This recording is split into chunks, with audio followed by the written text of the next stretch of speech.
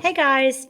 All right, this is section 2 on ocean movement, and you can title it Waves and Tides, which both are very, very important to our planet because they can both create energy.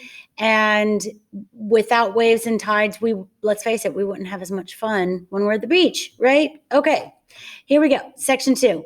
Okay, so wave is just simply the movement of energy through any substance. You can create a wave in the ocean. You can create a wave even on the lake when you're boating, because that movement of energy is going through the water. Okay, most ocean waves actually are caused by winds. That's why when we have hurricane force winds, they're going to create really, really, really high waves, very, very high foot waves. Okay. All right, so this is just a map of the planet. And if you take a look, I want you to especially notice the width of the ocean between the Atlantic and the Pacific. Okay, so you notice that the the Atlantic, which I'm pointing to, is much more narrow than the wide Pacific. That definitely has an effect on the creation of the waves because the longer distance there is for the wind to blow across the surface of the water, the higher the waves. Okay, so if an ocean like the Atlantic Ocean is much more narrow, there isn't as much distance to get that wave height because there's not as much distance for the wind to blow across. The longer the distance, the more the wind, the longer the wind has to travel, and the higher the wave. Okay, that's why most surfers will tell you the best waves are in the Pacific Ocean. There are some that you can, surf in the Atlantic, some areas, but not as many as in the Pacific. Okay. All right. So the waves at the shore, you've, I'm sure, heard of tsunamis. Tsunamis are those massive oceanic waves that are caused by an underwater earthquake or volcanic activity that's above sea level that creates underwater landslides, which I'm going to show you a video that explains that. Okay. You have probably seen news coverage of a tsunami that hit Indonesia about 2 years ago, late 2018.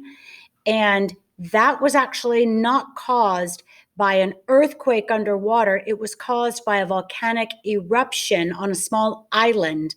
And when that happened, which will be explained to you on the video, when that happened, some of the rock and debris, a massive amount of rock and debris, slid off the volcano down into the water. And when that happened, that created a tsunami wave. Okay, so that one was not caused by an earthquake.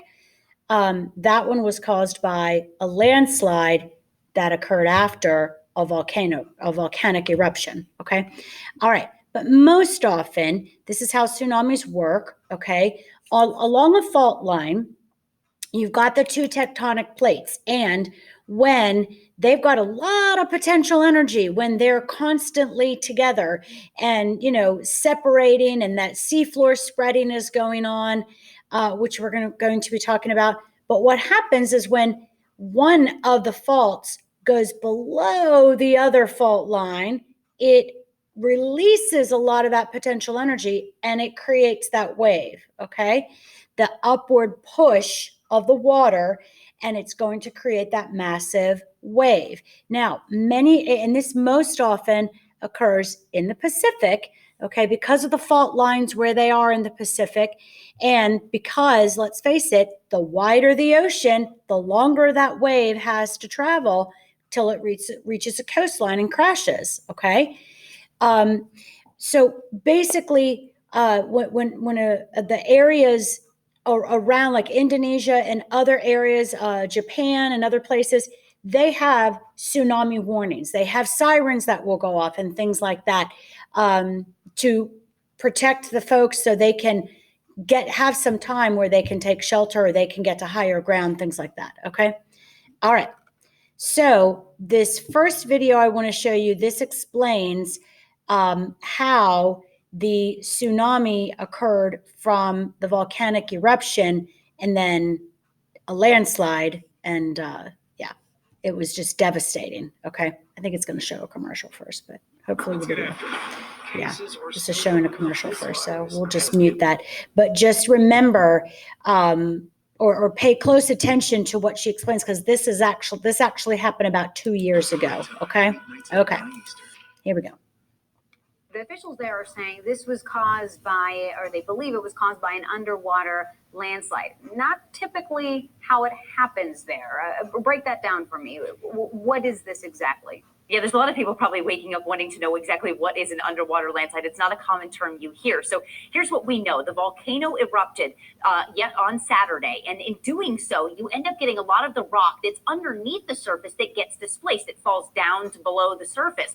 In doing that, it pushes up that water, generating that tsunami wave. Now, locally speaking, for a lot of those areas along the coastlines, this can be a very severe tsunami. It's a very localized tsunami, but even still, you have the two islands between Java and Sumatra. This is where the volcano, Anak Krakatau, exists between those two. So both of those coastlines on those islands were affected. Here's the thing, though. The volcano is not just going to stop because it erupted once. So it is still very likely that it will continue to erupt and that subsequent underwater landslides could still happen. So for a lot of these folks that live along this region, you will have to stay alert for any subsequent tsunamis that may take place. Here's a look at the satellite imagery. You can actually even see, guys, the eruption plume as it took place yesterday.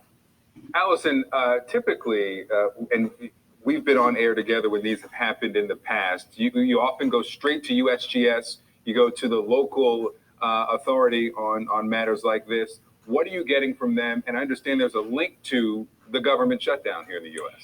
Yeah, so for example, the U.S. Geological Survey's website basically says they are dealing with limited support and they will be putting out limited products.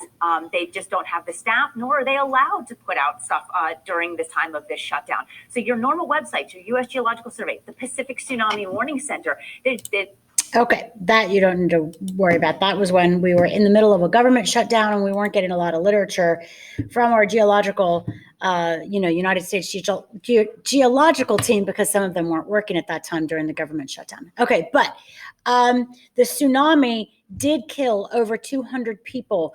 And so it was a very serious one because as she showed you on the map, the coastline of the inhabited island that the tsunami hit was very, very close to that volcanic island. So even had they been warned, there wasn't a whole lot of time for them to evacuate and get to higher ground or get to a safer distance away from the tsunami. Now, this next video, I'm not going to show you the whole thing, but I will put it and link it in the weekly planner as well. But I want to show you just the very beginning.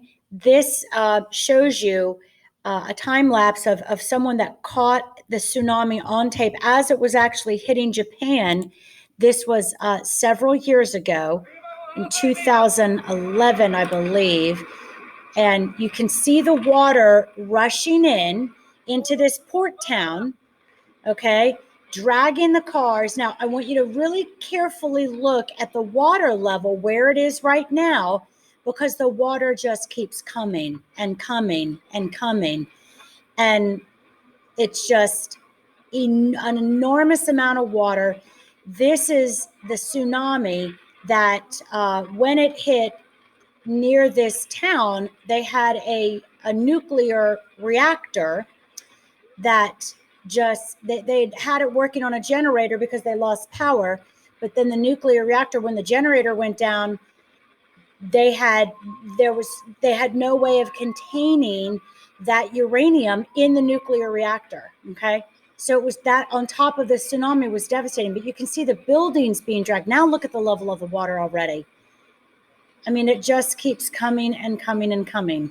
And then I'm going to show you same spot. Now look at it. The water seems to be slowing down, but look at all of the debris it is dragging in. Look at all of that. Cars, trash, everything. So I'm going to link this to, like I said, to the weekly planner, and you can watch the whole thing, but it's worth watching, okay? All right, longshore drift. Longshore drift, those are the waves that move and actually pick up particles of sand and move them down the beach, Okay, just pick it up and move it down the beach. Pick it up and move it down the beach. And that's a form of beach erosion. Okay, and I'll show you a picture of longshore drift in just a second. Ways that we can reduce that beach erosion is we can build what we call groins. And a groin is sometimes it develops and just sort of happens on its own by nature. It's like a wall of sand that builds up and it stops the rest of the beach and the sand from being dragged further south or further down the beach. And sometimes we build, they're man-made. The groins are man-made, like through sandbagging, things like that. Okay, so but basically, with if you think about it, if you visit the beach, let's say every year, like I know my husband and I used to go for several years, for about 15, 20 years, not every summer, but let's say every other summer, we would go to the same beach. Okay, usually rent from the same condominium complex. So we'd stay at the same place, but maybe a different condo, but same beach. In the 15 or 20 years that we did that, I noticed the beach was like shrinking. Okay, when we would first go, and this was before we had kids and everything, we'd go out on the beach in the morning and we'd have all this space when it was low tide. The tide is out, it's low, and there's so much space on the beach, and everybody was all spread out, and you didn't feel like you were sitting on top of everybody. It wasn't really crowded. And then the beach started to shrink. And I noticed when I would go out to the beach, 10 years later, 12 years later, 15 years later, I'd go out during low tide again, and there wasn't as much beach. I wouldn't have to walk as far to get to the water. Whereas 20 years before that or 15 years before that, I would have to walk a long distance just to get to the water because there was so much beach. That has to do with erosion. As the waves come in, they come crashing in, and then they recede, and they come crashing in, and then they go back out. And each time they do that, it drags sand, picks up sand, and drags it down the beach. And that's beach erosion. So storms, like tropical storms and hurricanes, are really bad for our beaches because it increases beach erosion, okay? Because it's the constant pounding of larger waves. But this is basically how it works, okay? So follow the arrows. And this video will be linked in your weekly planner, okay? But follow the arrows of longshore current and longshore drift. The sand is going to be dragged along with the current. You know as well as I do, sometimes when you go to the beach and you go out in the water and you go swimming in the ocean, your mom will say, or, your grandma or aunt, whoever you're with, or your dad, whatever, or whomever will say, stay close, don't go too far out. Well, you go out and you walk directly from where your beach towel is into the water, and you're swimming and you're playing and you're, maybe up to your waist or your chest. And, you're in there for 30 minutes, 40 minutes. And then you think, oh, well, I got to come in and you walk out of the water and you're nowhere near your towel. You got to go all the way back down to the beach because you have been dragged with the current, okay? The current will drag you just like it will drag the particles of sand, okay? And there are things that we also know as rip currents that you also need to be aware of. Rip currents are a little different. Those are currents that are going back and forth toward the beach, and they run a little deep, and you can get caught in a rip current. And the biggest thing is, don't panic if you're caught in a rip current, because the rip current is not going to pull you under. It's only going to pull you under if you fight it and you start panicking. It's going to start pulling you away from the beach, okay? So the best thing to do if you're ever caught in a rip current is try to signal somebody on the beach that you're caught without panicking, waving your arms or something, staying above water, but don't panic. And you need to swim parallel with the beach, okay? So if you are the beach, I'm going to swim this way or I'm going to swim that way if I'm caught in a current. I do not swim toward the beach, because then you're going with the current and you're swimming with it, and it is going to start dragging you out as you're trying to swim forward. It's going to drag you backwards. And then that's when people panic, okay? So you have to swim parallel with the beach and you'll get out of the rip current, okay? Because the rip current's going this way, back and forth, okay? And you want to go the opposite direction of it and get out of the current. That's just a little sidebar, okay? But it also drags sand. Now, this is the result of beach erosion. Look at that. This little, like, almost island, so to speak. It's not an island, but, you know, this little strip of sand didn't used to be there. It was made by the beach erosion, because notice how thin this sand is up on this side of the beach, okay? Say on the left side, then on the right side. That's because all of this sand has been dragged through the years down here, okay? So if they build a groin, that would help, because it would be a little wall that would keep it from being dragged.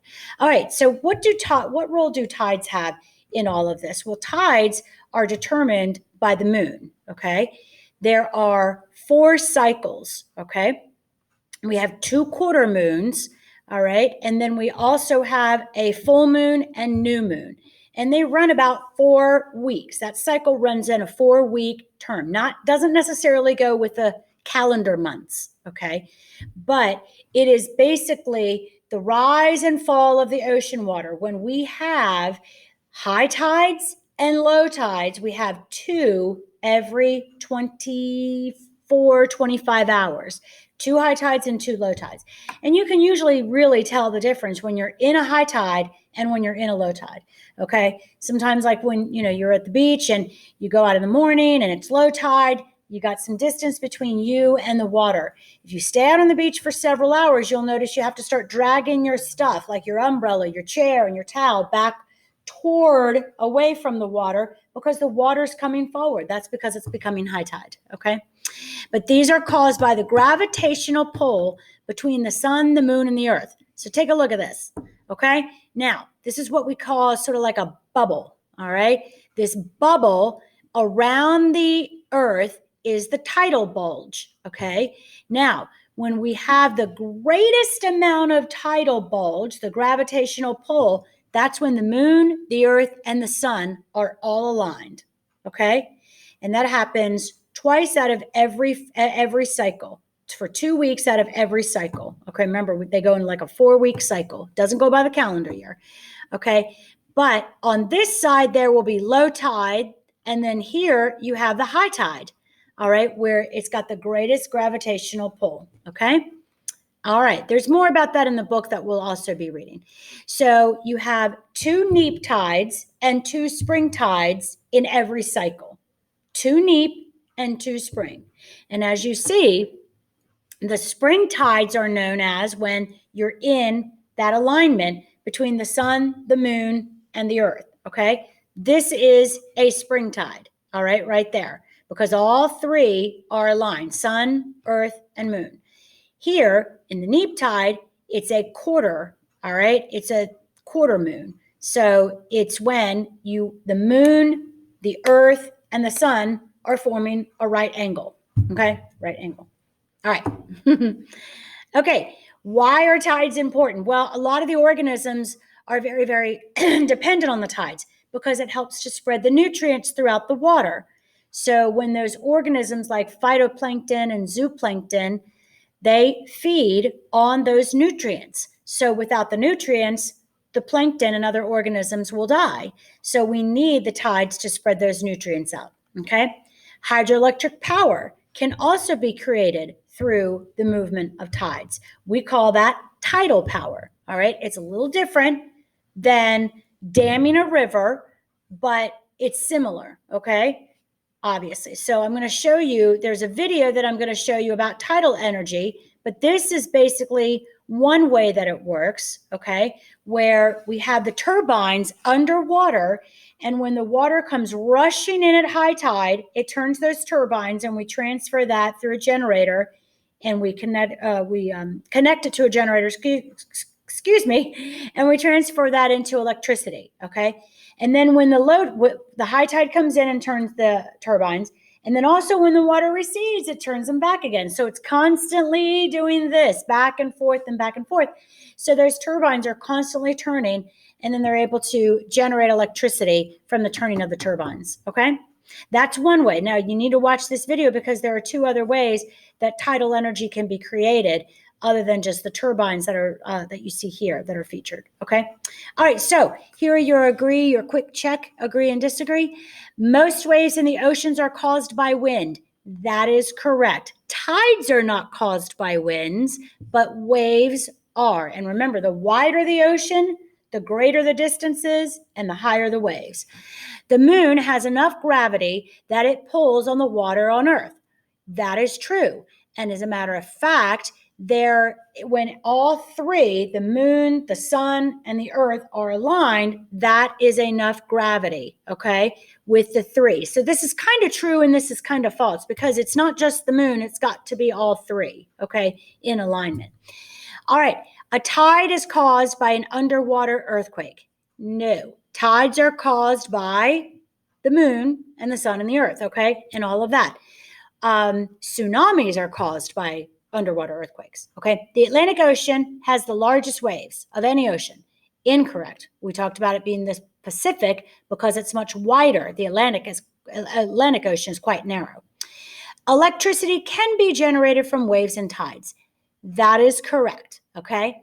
All right. So as we just talked about, so make sure that you've got all of these notes and watch those videos. Please, please, please watch those videos. Take a picture of your notes, submit it for your assignment. Okay. All right, guys, take care and I'll see you soon.